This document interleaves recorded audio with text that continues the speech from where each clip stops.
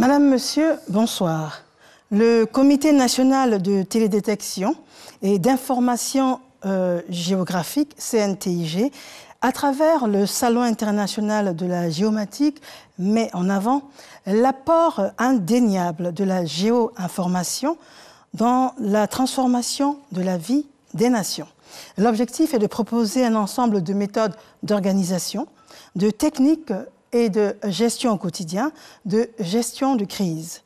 La géomatique, la géo-information, qu'est-ce que c'est? Comment est-ce possible d'aider au quotidien, d'aider en cas de crise politique, de crise sanitaire, crise alimentaire ou aider à la sécurité du territoire? Nous en discutons ce soir et ça fait l'actualité.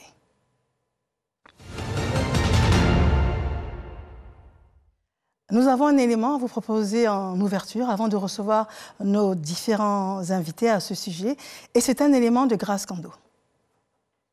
3000 participants issus de 15 pays d'Afrique, d'Europe, d'Asie et d'Amérique attendus pour la 5e édition du Salon international semi-virtuel de la géomatique édition 2021. La géomatique consiste à collecter, traiter et diffuser des données géographiques. Au menu de cette première journée, des panels sur les nouvelles sources de revenus pour les collectivités en période de crise. En point d'orgue, le projet e-commune développé par le CNTG qui permet l'accroissement des ressources. C'est un projet qui est vraiment payant. Nous avons pu multiplier nos recettes par 2 en adhérant à ce projet, en faisant le recensement de tous nos contribuables et en les identifiant, en les géolocalisant. Avant le projet, nous étions autour de 400 à 500 millions par an en prévision budgétaire. Aujourd'hui, nous sommes à 1 milliard, 1,1 milliard avec le projet. Au regard de ces résultats, le directeur général de l'UVICOSI invite les collectivités à s'approprier cet outil de bonne gouvernance. Le concept e-commune suscite un intérêt chez les participants internationaux. La Côte d'Ivoire a pris de l'avance. Nous, au Niger, nous sommes venus ici pour prendre ces solutions et aller les appliquer. Nous sommes convaincus que l'utilisation de ces solutions digitales permettront à terme d'améliorer les ressources et d'en créer des nouvelles. Le projet e-commune, c'est un projet qui date de près de 4 ans. Nous sommes à l'apogée de ce projet déjà, où des communes ont expérimenté cette méthodologie et qui donne des résultats. Aujourd'hui, c'est une séance de partage, d'explications techniques, des procédures qui existent. Il y a vraiment la transparence, il n'y a plus de déperdition. Mais en même temps aussi, c'est très important parce que les communes auront plus de ressources de cette façon, de manière cartésienne, pour pouvoir subvenir aux besoins de la population. La géomatique 2021 innove avec le concours de la meilleure technologie des petites et moyennes entreprises du secteur de la géo-information. Le prix de la meilleure exposition virtuelle sera également attribué. De retour en studio, nous recevons nos différents invités. Monsieur Soumaoro Mokhtar est avec nous. Monsieur, bonsoir. Bonsoir, madame. Vous êtes coordonnateur de l'information scientifique. Oui. Qu'est-ce que c'est? En fait, moi, je suis coordonnateur de l'information scientifique au sein du CNTG. Le rôle, c'est de collecter, traiter et mettre à la disposition du grand public toutes les informations nécessaires à l'activité scientifique et aux industries. Donc, le CNTG a une pool d'innovation. Les applications ou les outils qui sont créés par le CNTG, nous faisons fort de le rendre connu du grand public. Très bien, je vous remercie. Monsieur Oulaï Modeste, monsieur, bonsoir. Bonsoir. Vous êtes directeur de l'ingénierie et de l'innovation au CNTIG. Effectivement. Alors, quelles sont vos prérogatives là-bas? D'accord, en tant que directeur de l'ingénierie et de l'innovation, déjà dans ma direction, nous sommes chargés de faire l'ingénierie des projets, c'est-à-dire définir la méthodologie technique pour l'élaboration d'un projet, définir les équipes qui doivent intervenir et synchroniser ces équipes-là de sorte à ce que les projets puissent être menés à bien. Aussi, nous faisons de l'innovation en ce sens que nous proposons des solutions nouvelles qui contribuent au développement de notre pays. Donc, c'est des solutions que nous adoptons et nous adaptons aux réalités de la Côte d'Ivoire.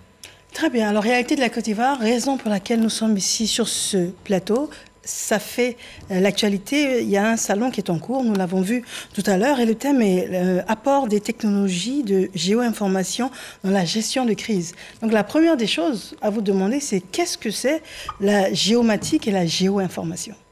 D'accord. C'est qu'on pourrait dire, pour faire simple, la géomatique, c'est le traitement informatique des données géographiques. Vous voyez, dans géomatique, on a géo et on a matique. Géo, c'est pour géographie et matique, c'est pour informatique. Donc, la géographie, c'est intéressant à tout ce qui est aspect visuel de l'humain et de l'espace. Donc, le traitement des données venues de ce monde-là, traité informatiquement, ce qui donne la géomatique. C'est pour faire simple. D'accord. Et la géoinformation en découle tout naturellement? Effectivement, la géoinformation, c'est d'utiliser ces informations-là afin d'informer déjà la population. Mais déjà, la géoinformation, c'est l'ensemble des informations ayant un caractère spatial. Quand on parle de caractère spatial, c'est des informations qu'on peut localiser. Aujourd'hui, on dit en Côte d'Ivoire, on a 1 million de voitures, mais on va au-delà pour dire ces voitures, on peut avoir 100 000 ici, 100 000 là, mais c'est la localisation qui affecte l'information qui donne le caractère géo-information. Très bien. Alors, le salon est en cours, il se termine demain. Si je ne m'abuse, quelle est votre cible, M. Oulaye? D'accord. Ici, déjà, nous ciblons que ce soit les structures étatiques et même des gouvernements de la sous-région. D'abord, la première cible. Aussi, nous ciblons les structures privées, vu que cela fait partie de notre mission d'accompagner les structures privées comme publiques. Et nous ciblons également la population. Parce qu'aujourd'hui, il y a des innovations qui sont faites dans notre domaine. Il faut porter cette information-là à la population, de sorte à ce qu'elle puisse s'approprier les innovations pour développer leur environnement. Très bien. Alors, tout ça paraît pas très concret pour le grand public. On va y aller en détail. Quand on parle de géomatique, qu'est-ce que vous êtes capable de faire? D'abord, quels sont les domaines d'activité qui sont concernés? Il faut dire que la géomatique s'applique à plusieurs domaines.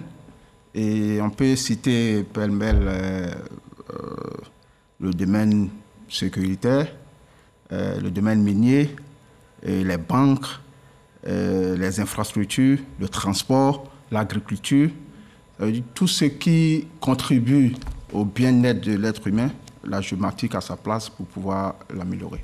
Donnez-nous des cas concrets. Quand on parle d'agriculture, qu'est-ce que vous êtes capable de faire? Par exemple, en agriculture, la géomatique est capable aujourd'hui de permettre à un agriculteur de pouvoir délimiter sa parcelle et de pouvoir savoir s'il y a des plants malades, de pouvoir savoir se projeter dans le temps dans l'agrandissement de sa parcelle, de pouvoir multiplier sa production. Aujourd'hui, la géomatique a des outils qui peuvent lui permettre de... Mais ça se fait déjà. Ça se fait déjà. Pouvoir délimiter une parcelle, ça se fait déjà. Qu'est-ce qui est novateur dedans? Ça se fait déjà. Il y a plusieurs manières de le faire. Aujourd'hui, la géomatique peut vous permettre d'aller vite en utilisant les drones. Avec le drone, on n'a pas besoin de mettre une personne dans le champ qui va faire le tour, un topographe. Le drone pourrait te permettre, il y a des appareils avec un survol, oui, et de pouvoir faire la délimitation le plus rapidement possible. Très bien. Donc le ministère aussi est concerné, le ministère de l'Agriculture, par exemple, qui sont concernés. Tous les ministères étatiques sont concernés par la géomatique. Très bien. Donc dans l'agriculture, c'est peut-être la cartographie des zones de production. Pour une production donnée, oui, on pourrait faire la cartographie des zones de production sur le territoire ivoirien. Et ça se fait en un temps record? Ça va dépendre de l'outil utilisé, oui, mais avec les nouvelles technologies de la géoinformation aujourd'hui, ça peut se faire en un temps record. Monsieur Oulaye, comment est-ce que la géomatique s'applique par exemple à la démographie? La démographie, ici déjà, avec la géomatique, on arrive déjà à localiser notre population. Ici, avec la géomatique, comment on appelle ça, pour ce qui concerne la démographie, on peut aller jusqu'à l'étude ici du niveau de vie. Et ce niveau de vie peut être, comment on appelle ça, réparti par quartier. Donc déjà, c'est l'information spatiale qui accompagne toutes ces informations démographiques-là qui permet de mettre en valeur l'information en elle-même. D'où ici le rôle de la géomatique. Mais qu'est-ce que vous faites dans l'espace? Qu'est-ce que vous faites? Les drones dont parlait M. Soumaoro, ou bien autre chose? Oui, les drones, il y a aussi les satellites. Nous utilisons les satellites pour avoir les images d'un territoire bien défini. Et ces images ici peuvent être définies de façon périodique, de sorte à voir l'évolution de certains phénomènes sur cet espace-là. On peut parler du couvert végétal, de l'évolution de la savane, ainsi de suite. Donc plusieurs phénomènes peuvent être étudiés grâce aux images que nous collectons, que ce soit avec le drone ou avec le satellite. Est-ce que vous êtes capable de dire au maire d'une commune, par exemple, vous avez des administrés qui sont plus concentrés dans telle zone, voici les déplacements à telle heure? Effectivement. Il y a des études que nous pouvons mener pour voir, par exemple, pour anticiper en réalité, puisque aujourd'hui, une ville est censée évoluer. Mais il faut maîtriser ici l'urbanisation. Il faut essayer d'anticiper afin de ne pas avoir des quartiers de façon anarchique. Donc, grâce à la géomatique, on peut faire des études de projection qui donnent ici l'évolution spatiale de la population. Ainsi, donc, là où la population est tentée de s'implanter dans peut-être 10 ans, on peut déjà anticiper et aller aménager cette zone afin d'éviter les catastrophes et tout ça. Ah, d'accord, donc vous donnez en un temps record la bonne information pour un plan de développement. Effectivement. Et quand on adapte, par exemple, à l'environnement, M. Soumaro, qu'est-ce qu'on peut faire avec la géomatique? Quand on adapte avec la géomatique aujourd'hui, on est capable de définir les zones d'inondation comme mon collègue le disait par rapport à la population. La géomatique peut permettre aujourd'hui d'anticiper si des phénomènes naturels qui pourraient arriver. Comment? C'est-à-dire qu'avec la géomatique, en définissant les zones d'inondation, on peut prendre les précautions idoines pour ne pas que ça se produise en temps de pluie. Des zones d'inondation, vous avez du matériel qui peut estimer peut-être la porosité du sol ou... Ouais. Une fois que les données sont récoltées, elles sont traitées. Et avec le traitement de ces données, on sort des résultats qui permettent de prendre des décisions. En fait. C'est ça la géométrie. D'accord. Alors, par exemple, quand on veut l'adapter, pour être plus proche des populations, au marketing, qu'est-ce que vous pouvez faire avec la géomatique? Pour être plus proche de la population, par exemple, aujourd'hui, on a plusieurs éléments qui concernent directement la population. Comment on appelle ça? L'implantation des centres de santé, l'implantation des nouvelles écoles et tout ça. Mais ces écoles, il faut les implanter selon des critères bien définis. Et la géomatique ici aide le décideur à choisir les zones idéales en fonction des réalités scientifiques pour pouvoir implanter ces écoles-là. Donc c'est déjà un plus pour la population. Mais dites-nous, on est curieux. Quelle réalité scientifique vous pouvez donner avec la géomatique pour dire aux décideurs que dans telle zone, il va falloir tant d'écoles? Comment vous faites ça? Aujourd'hui, l'implantation d'une école répond à des critères. Et c'est ces critères-là qui sont analysés. Je vais dire peut-être n'importe quoi, mais par exemple, on peut dire dans un village où il y a déjà 500 enfants, il faut nécessairement une école. Et aussi, on peut dire une école ne doit pas être distante de plus de 2 km de la population. Donc, c'est ces informations-là que nous rentrons. Il faut déjà collecter les écoles existantes pour voir déjà là où il n'y a pas d'école et maintenant là où il n'y a pas d'école, est-ce que la population atteint le quota ici défini comme critère? Et c'est ces réalités-là que nous analysons pour pouvoir aboutir à un résultat final qui est remis aux décideurs afin de prendre la bonne décision. Très bien. Alors, est-ce qu'il y a d'autres domaines qui pourraient intéresser la grande population auxquels vous vous intéressez? Pour rebondir sur ce que vous avez demandé par rapport au marketing et tout, il faut dire qu'au sein du CNTG, nous faisons aussi de la géomarketing. Parce qu'au fait, nous aidons les banques à s'implanter, à se rapprocher de la clientèle. En faisant une étude, on pourrait leur permettre de savoir la cartographie de la concurrence. Et avec les données que nous avons sur le niveau de vie, comme M. Oulaï l'a dit, on peut leur permettre de savoir quelle zone est propice à s'implanter. Donc ça, c'est un point déjà par rapport à ce que vous avez dit sur la géomatique. Aussi, au décideur aussi, où on pourra aider, c'est comme le projet U-Commune dont vous avez parlé tout à l'heure dans votre élément. Oui. Et on permet aux maires d'accroître leurs recettes. Parce que dans toutes les manières où nous sommes passés, et on a toujours réussi à quadrupler ou à multiplier, à faire 250%, 300%. Comment vous faites ça? Parce que nous, et avec U-Commune, on fait... U-Commune, qu'est-ce que c'est? Une commune, c'est une plateforme... I-Commune. C'est E en français. D'accord, ok. Voilà, e-commune. De l'anglicisme, d'accord. Voilà. C'est une plateforme qui permet la gestion quotidienne d'une mairie. Et le premier apport déjà, c'est l'identification de tous les contribuables de la mairie. Il y a des mairies où nous sommes partis qui avaient, je vais donner une figure, peut-être qu'ils ont 200 000 de recettes. Et nous, après l'identification de tous leurs contribuables et tout ce qui est régie financier pour eux, parce que les mairies prennent des taxes sur plusieurs éléments.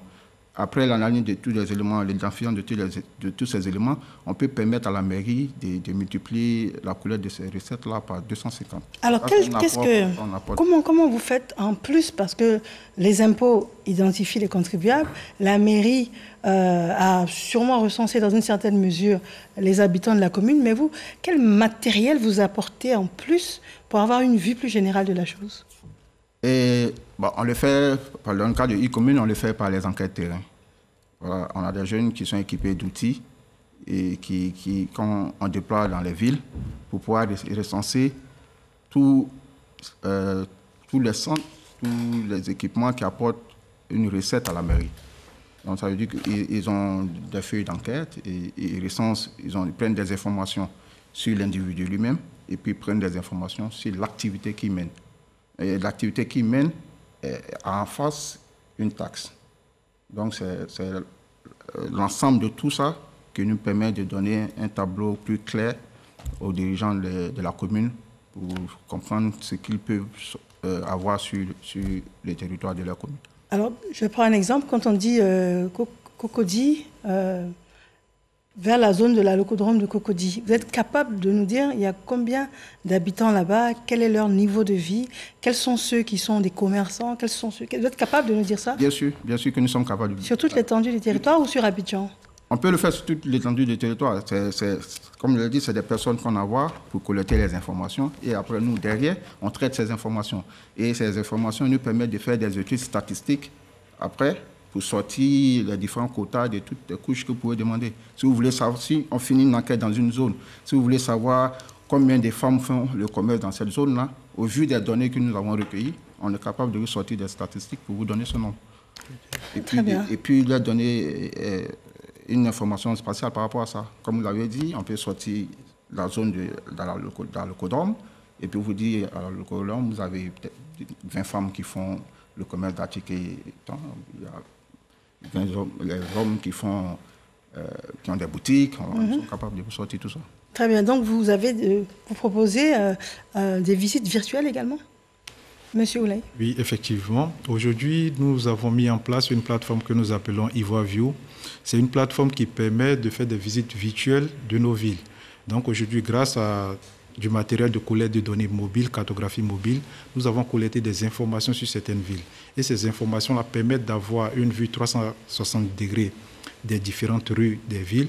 Et cela permet non seulement de mettre ici en avant les potentialités touristiques de cette ville-là ou des équipements, des infrastructures hôtelières qui sont présents dans cette localité-là. Donc vraiment, c'est un outil qui permettra aussi à terme aux décideurs de voir l'évolution de la ville dans le temps. Si des projets de bitumage ont été initiés, après 2 ans, est-ce que ça a été fait? Ça n'a pas été fait. Donc c'est un outil qui, depuis même votre bureau, vous permet de visiter virtuellement une ville pour voir les réalités de cette ville. D'accord. Très bien. Alors, ce que j'allais vous demander, c'est que quand on voit l'étendue de vos potentialités, on suppose que vous êtes affilié à l'État. Oui, effectivement, nous sommes rattachés à la primature de Côte d'Ivoire, au cabinet du Premier ministre. Alors, parlons de crise. Okay. Comment est-ce que vous pouvez aider en situation de crise? Je parle par exemple de crise politique. Comment vous pouvez aider?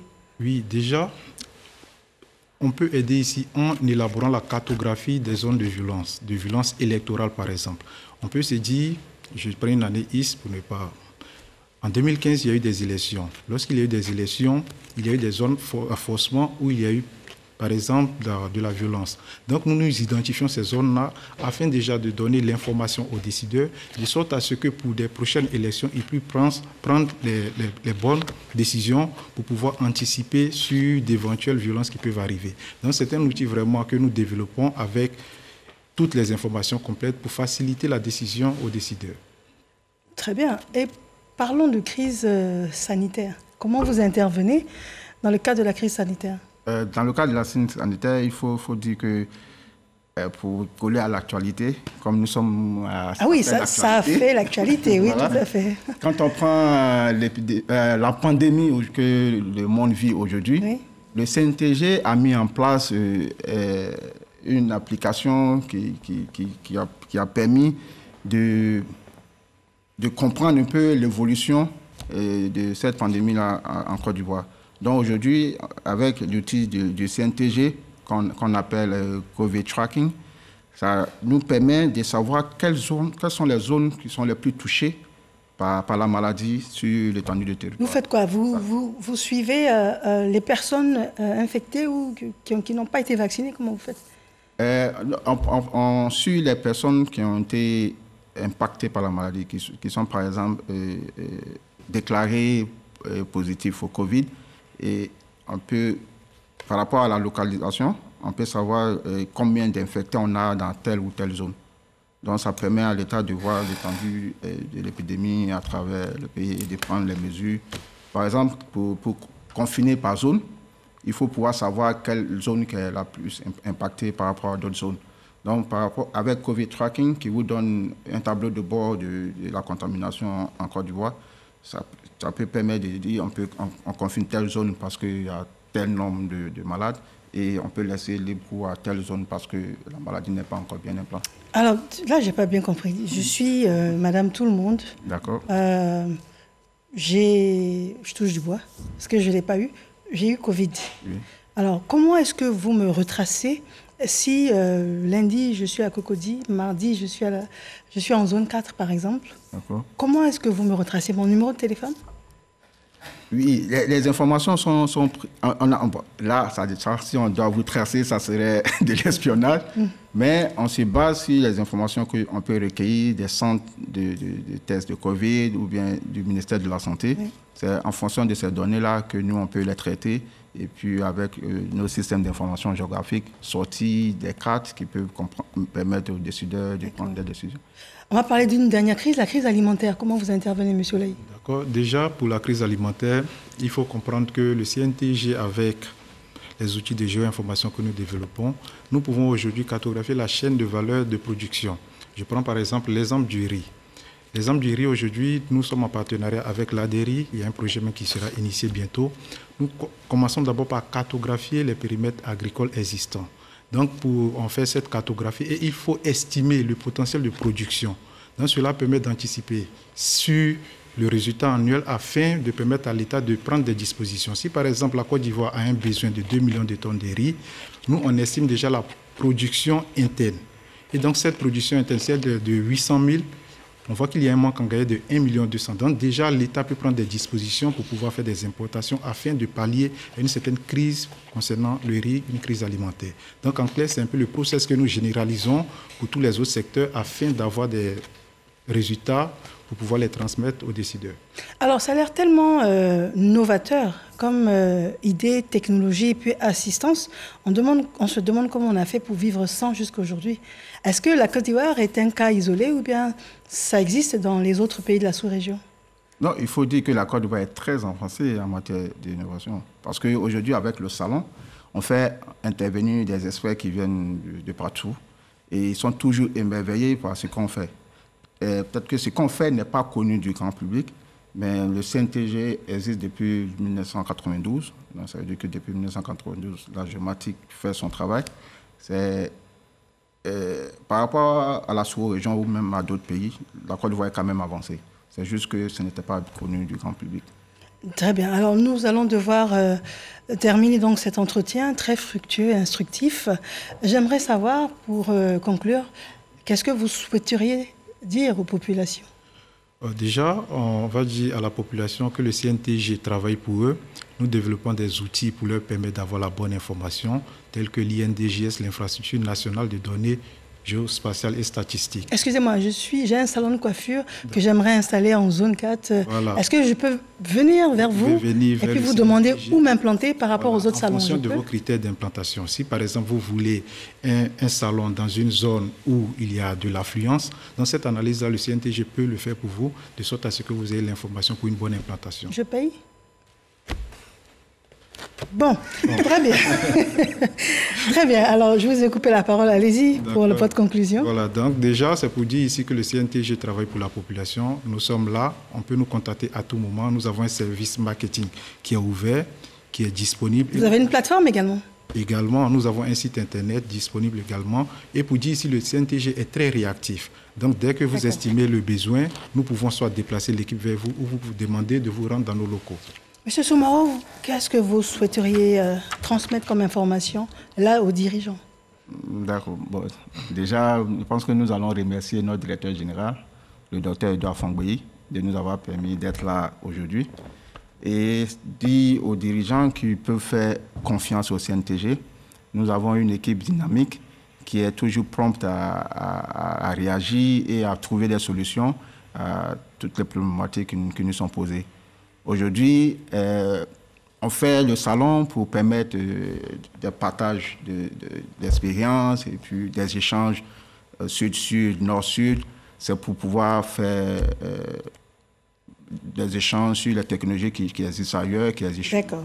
Donc nous étudions pour pouvoir aider le gouvernement dans sa politique de décentralisation ou de bien-être de la population. Je remercie infiniment messieurs et nous, dès l'instant où ce sont des techniques nouvelles, des techniques intéressantes qui ont un intérêt national chez nous, ça fait l'actualité. Madame, monsieur, bonsoir. Merci d'avoir été là.